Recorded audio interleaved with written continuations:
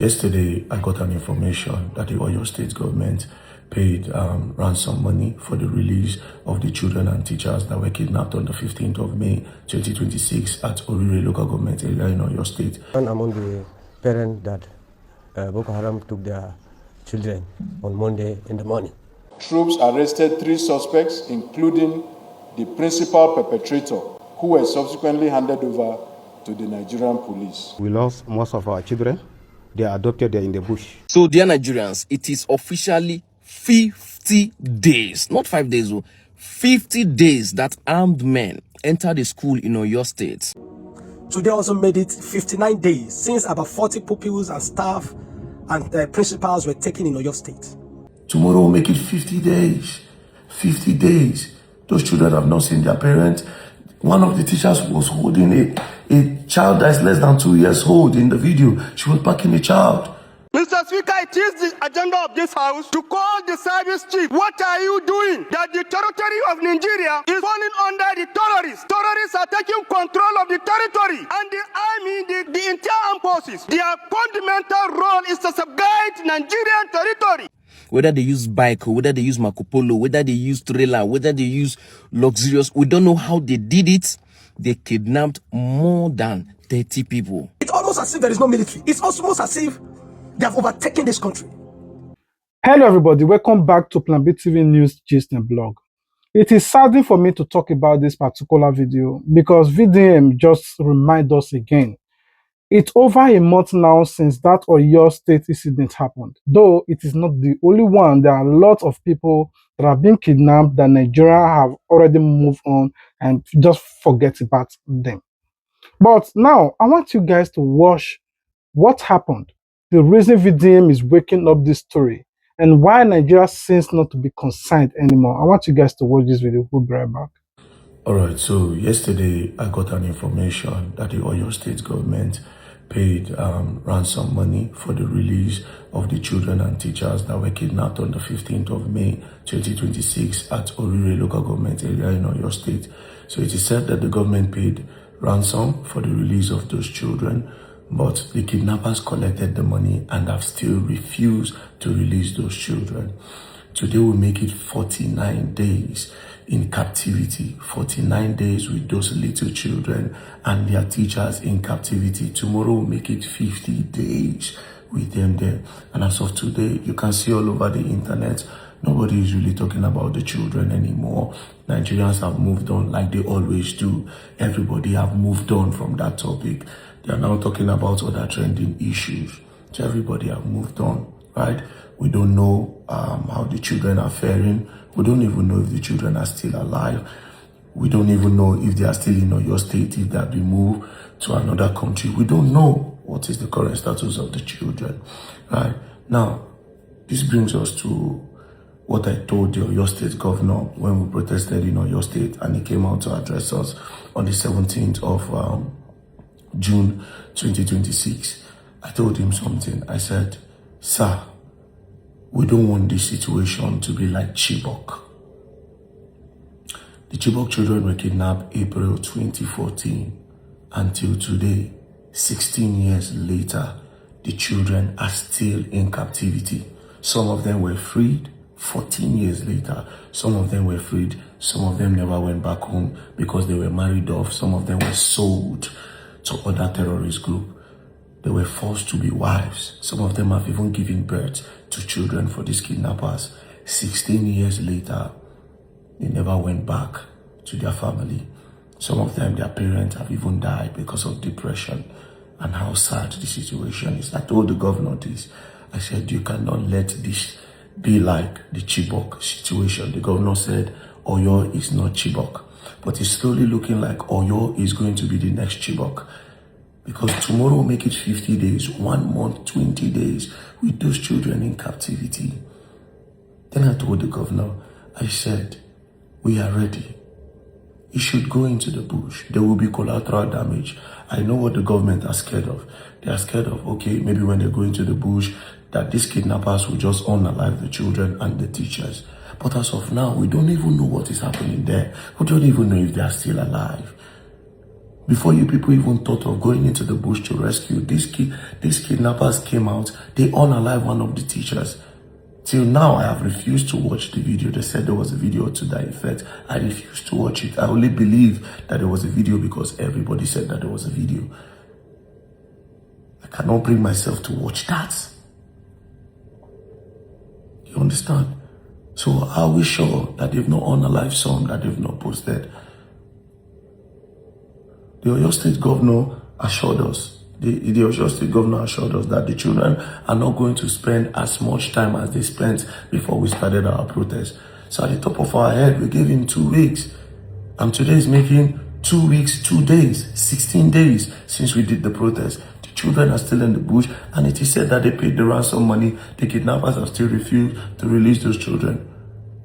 Please, Governor Seyi Makinde, this is the time that you need to actually contact the DSS, the federal government. You will need to go into that bush and rescue the children.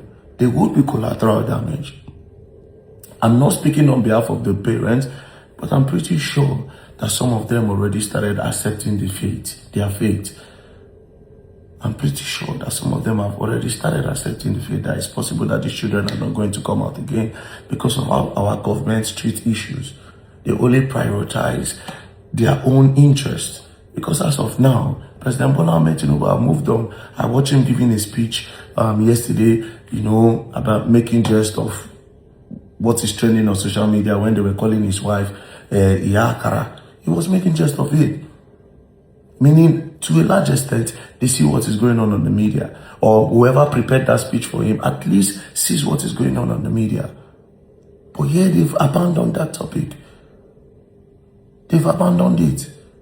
I know, okay, yes, when you keep talking about these things, of course, it keep emboldening the kidnappers. But then again, we are keeping quiet for too long. These children are spending slowly, 6 months. Slowly, 1 year. Slowly, 1 year, 2 years, 3 years. And then it becomes the real Chibok incident. Engineer Seyi Makinde, you have to just move into that bush. You have to. There's little we can do as the citizen. You people are not ready to arm us. We've tried to give you moral support. We've tried to say, okay, yeah, we'll support the security operative. We'll go into the bush. You know very well that we cannot go on our own. But we, the people of Nigeria, and the youths that came out to protest that day, they were all ready to go into the bush with you. We are not going to, we are moving on, Nigerians. We have moved on. Tomorrow we'll make it 50 days. Today is 49 days. With them in that bush, 49 days. 49 days. 39 children and 7 teachers in the bush. One of them have been unalive. 39 children and 6 teachers in the bush. Tomorrow we'll make it 50 days. 50 days. Those children have not seen their parents. One of the teachers was holding a child that is less than 2 years old in the video. She was packing the child. There is one thing that troubles me in Nigeria.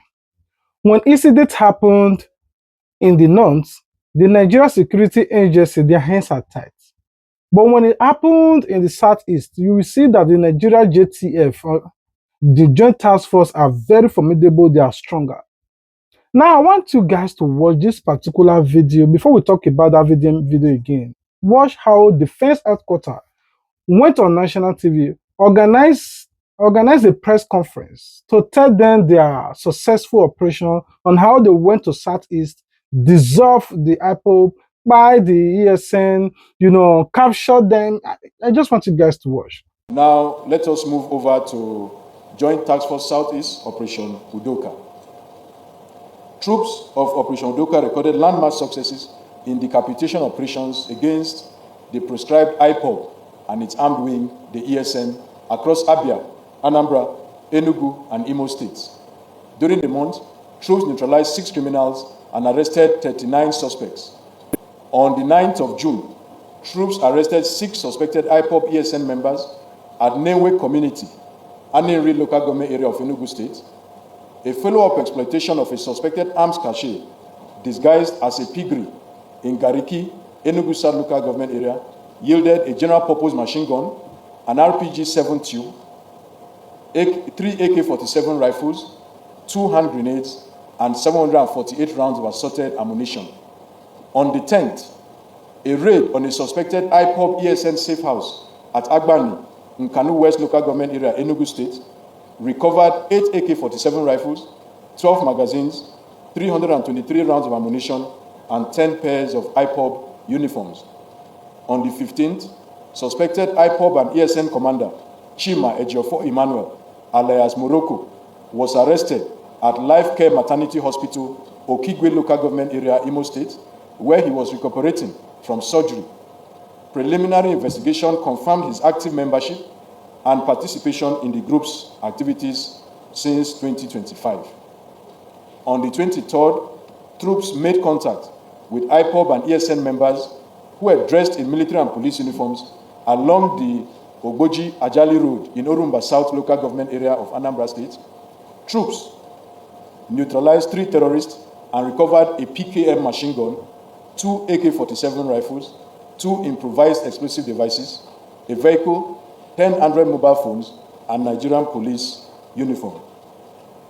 Troops also recorded significant gains in dismantling criminal networks and disrupting illicit economic activities. On the 2nd of June, troops rescued village chiefs who had been held hostage at Ebeta Primary School in Ohauku local government area of Ebonyi State. Troops arrested 3 suspects, including the principal perpetrator, Mr. Osundu Ngbada, alias Stained, and Presido, who were subsequently handed over to the Nigerian police. On the 7th, a cordon and search operation at Ametiti, Iheshiowa, Arochukwu local government area of Abia State, led to the arrest of 3 suspects and the recovery of 7 Dane guns, 22 live cartridges, and a motorcycle. On the 10th of June, troops raided a suspected crude oil storage facility at Umuoku, Ohaji Egbema local government area, Imo State, and destroyed in situ, that's destruction in place, 14 storage tanks and 30 jerrycans of suspected stolen crude oil. When it comes to Igbo, when it comes to IPOB, when it comes to Biafra, these people are so formidable. They are so strong. They become Iron Doom. Then you will know that Nigerian soldiers are Avengers. They can conquer anything. They can take anything.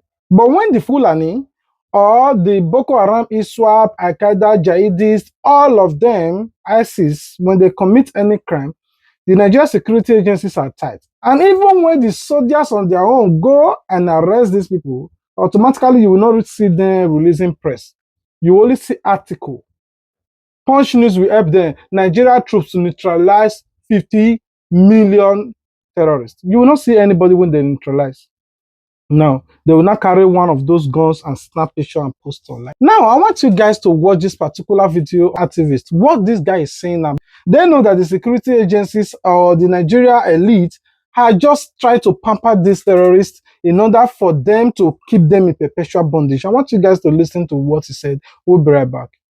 So, dear Nigerians, it is officially 50 days, not 5 days, 50 days that armed men entered the school in Oyo State. Whether they use bike, or whether they use Marco Polo, whether they use trailer, whether they use luxurious, we don't know how they did it. They kidnapped more than 30 people, up to 40 of them, including students, children, 2-year-olds, packed them into the bush, made ridiculous demands. As I'm talking to you, Nigerians have protested, demanded, talk, video. Nigerians have actually done what I feel they have the capacity for now to do. My question is, what next? We don't protest. We don't shout. We don't cry. It seems we are moving on. Election is approaching. The question is, what next? It is easy to be behind camera like this, they talk. And just set your camera and start talking. What are we going to do? And no. If your family member is there, you will understand that every minute counts. Every hour counts. Every second counts. Imagine 50 days. That man, remember that man now in Oyo State that was begging Makinde, say, please, my wife, my this and that. How would that man be feeling right now? How? You know, I will keep saying it. Sometimes I think Nigerians would easily move on. You know, when we are pushed to the wall, instead of fighting back, we climb the wall. And sometimes we fight, we Nigerian citizens, we choose unnecessary fights, like fighting each other, dragging each other, and all those irrelevant things. Irrelevant things. Nigerians, anyway, let me put it out there, because as someone who has been a victim of Nigeria, it came my head one time, how would their family be feeling? Knowing that it seems that there's no hope again. It seems like there's no hope again. We have moved on. We've gone to First Lady Akara. Even the presidents don't come out, can't call him wife Yalakara. Everybody don't move on. Makinde made a promise that those children will not spend up to 1 month. What is happening? My biggest question right now is, what is our next move as Nigerians? What are we going to do? Who are we going to hold accountable again? What next? Because this thing has been happening in the north. They take on like, we go forget, everybody move on. Even the northern people say they know they even move. They know like the northern creators, or I say influencers, they no care. Those ones no care. They no send. They would rather go to National Assembly, go and sing for the legislators, or go and sing for them, than to even, they no really care. Now it has come to south. And it's looking like we are entering that northern influencers mood. We'll talk small. Everybody move on. We'll move on fighting each other. We'll move on dragging each other. Leaving our major problem as a nation. Our number one enemy as a nation. Nigerians, the earlier we realize that nobody's coming to save us, it is still we, the citizens, that can save ourselves. Do you understand? So, let me end this video with another question. What next? Thank you. It is not just him. A lot of people are voicing that right now because these issues is no longer funny in Nigeria. I want you guys to watch this video. We'll be right back. Today made it exactly 90 days since 37 worshippers were kidnapped out of Ariko community in Katari, Kacha local government of Kaduna State. Today also made it 59 days since about 40 pupils and staff and principals were taken in Oyo State. I sat down at midnight on my balcony and I kept wondering, how did we get here? How did we get here that the lives of Nigerians do not matter anymore? If this was a serious country, you know, the other day they said if the US president give orders, he goes to bed and everybody gets it done. Do they not know that this cannot even happen in the US in the first place? That you will kidnap a person, even if you are kidnapping to take the person out of the US, you know it's going to be difficult. But let's not even talk about being kidnapped and still within the US soil, in the US soil. School children, the speed at which move on is so bewildering. I can't even begin to understand this.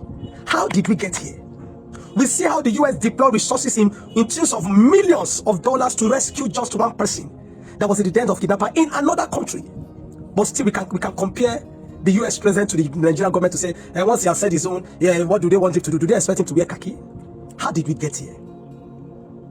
Look at how we have moved on. We have moved on to other matters, other issues. We have moved on to other issues. And these people are still there. How did we get here that student children of 10, 11, 5, 7, 6, 2, 3, 1 are in the deaths of kidnapper for 50 days? For 90 days? I can't believe this. It's almost as if there is no government. It's almost as if there is no military. It's almost as if they have overtaken this country. Till this time. And every time they'll tell you, they'll say, we are working on it. No, we are working on it. We are working on it. 90 days. 90 days. Do you know what that means? 90 days. Today, 90 days. 37, 50 people. There are pregnant women among them. Do you care how they're faring? Their children, toddlers amongst them. Do you care how they're faring? In terms of Ariko community, there are 2 people that are blind men, 2 blind men there. Do you care how they're faring? Look at these children. Look at these people. And how we've moved on. Sometimes I just sit down and I'm wondering, I can't fathom it. Isn't this supposed to be a matter of national emergency? Isn't this supposed to be a matter of national emergency? Isn't this supposed to be all the government is working to ensure that these people have been returned back to their homes? Would this not what a serious government would do? To deploy every resources to ensure that these people are taken and restored back to their families? Hey, sometimes I can't believe Nigeria. I can't believe Nigeria. I can't believe Nigerians. Many of us have moved on. Many of us have moved on. But the government have understood us and they have understand the art of distracting us, because they know it is easy. We are gullible people. It's easy to distract Nigerians from the matters that matter. from the matters that matter. I'm sorry if you think I'm doing too much. I'm really sorry. No, I'm not even sorry. I'm not sorry because this is what a human being should do. This is what a man of God should do. That you are called into ministry. Ministry is for people. It's not for spirit. You don't receive from God to minister to spirit. No. You receive from God to minister to people.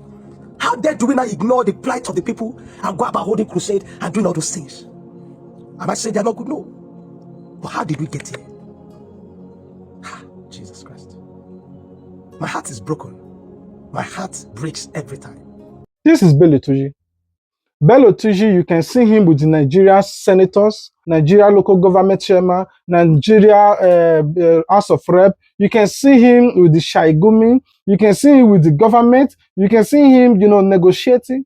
Can they prove one video of the Nigeria government sitting down in the Southeast now, either Senate or whatsoever chairman, sitting down to negotiate with this IPOP? What do you people want? No. Wipe them, buy them, destroy them.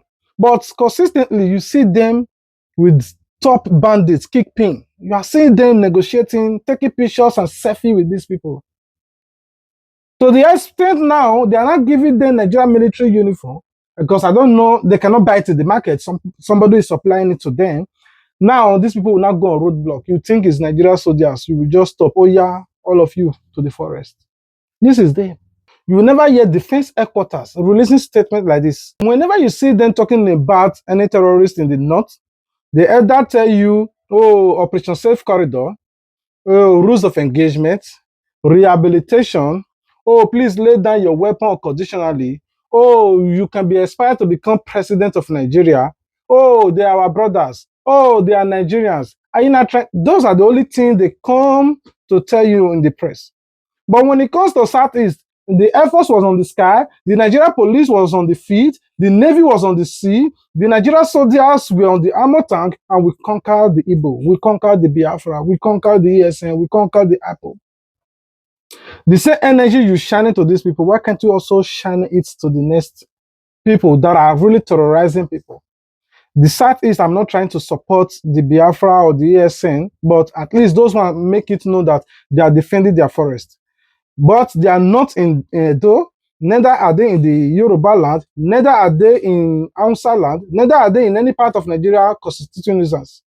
But they are only in their circles of states. But these people that are all over the roads, blocking every federal road, kidnapping people, no, those ones, it's a safe corridor. This is the problem that we're having in Nigeria. Anyway, what are your thoughts? Please let us know in the comment section. This is where I'm going to end this video today. I'll be waiting for you guys in the comment section. My biggest prayer, my biggest desire, if you're an outside person watching this video, even if you are not an activist, even if you don't have a page, start making videos to awaken your people. We are not looking for a way to divide this country. We are looking for a way to unite this country because you people have been marginalized for decades now. You people must wake up, make videos, not to talk against the federal government because they will arrest you, but make videos to educate your people, saying that you are not forbidden to become a governor. Hausa is not forbidden. Hausa is not forbidden to become a senator. Hausa is not forbidden to become an imam in their own state. Hausa is not forbidden to become a House of Rep member. Hausa is not forbidden to become a president. It's not only Fulani, but they will keep you people to be doing Babiola. When you go to farm, they kidnap you, they destroy you. They want you people to be very hungry so that they can give you 200 naira to go and commit crime. We have made several videos on how. Anyway, peace out.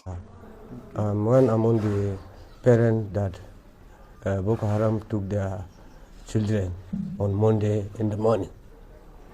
So we are seriously in hard mood about missing of our children. So we are begging government. If not government, I know even securities cannot bring our children back. So we are begging the government, especially the government of Borno State, Professor Babagana Umar Azulum, back to the chairman of Askara by local government, the commissioners, the PAMSECs of the states, ministries. So we are begging them to look forward the way that they can bring our children back. That's our only problem that we're facing. And as of now, we are calling upon the government to give us enough security because we don't want to miss school in our area because we are grown up with missions. So without education, we cannot survive in our area. So we are begging the government to give us more security to help us so that our children will get education.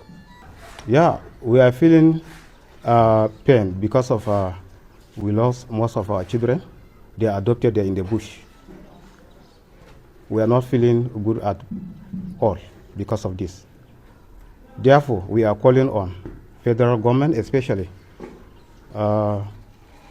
President of this country, Bola Ahmed Tinubu, to take action so that government should be able to bring our children back.